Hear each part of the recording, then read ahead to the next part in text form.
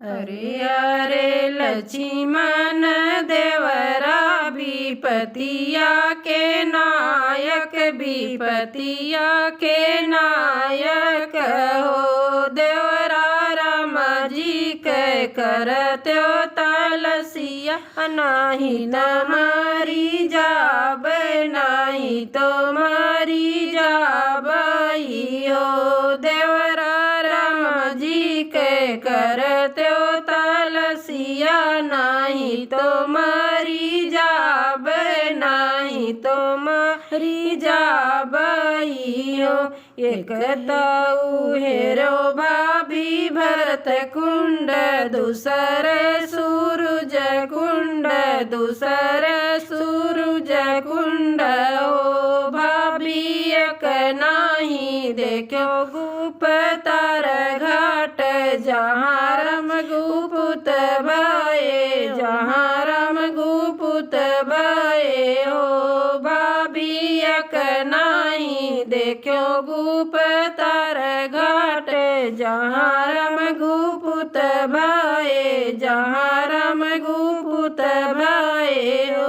के ना मोरा बसवा कटई है, तो छपरा छावई है, तो छपरा छावई है हो। देवरा के करे पलंगिया बिछाइब, तो रानिया बोलई है, तो रानिया बोलई है हो।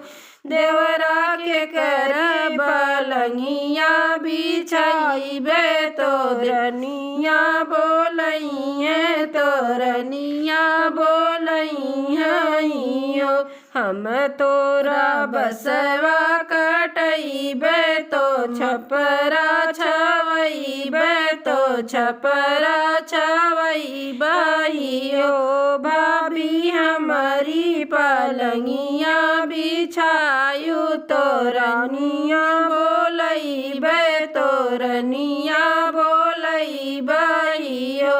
भाभी हमारा पलंगिया बिछायु, रानिया हम बोलइबे, रानिया हम बोलइबई हो।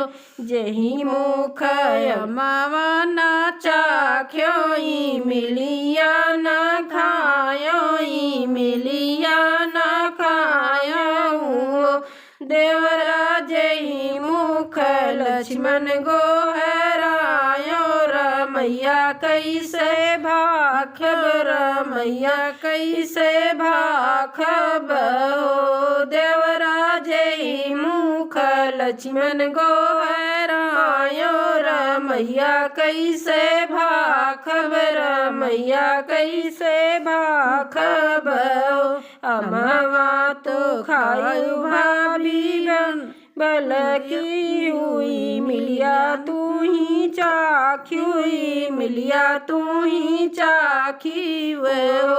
भाभी वही मुख लक्ष्मण गोहरा यू, रमैया जी ने भाख्यू, रमैया जी ने भाखी हो। जेहि मुख अमवा तू खायुई, मिलिया तू ही चाख्युई, मिलिया तू ही चाखी हो। भाभी वही मुख लक्ष्मण गोहरायु, रमैया जी ने भाख्यू, रमैया जी ने भाखी हो।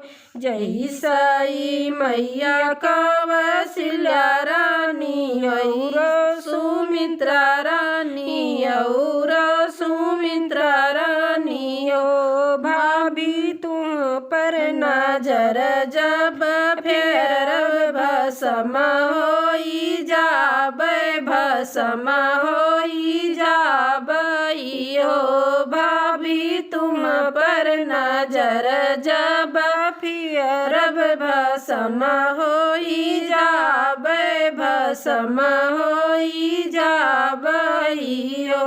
अरे अरे लक्ष्मण देवरा विपतिया के नायक, विपतिया के नायक हो।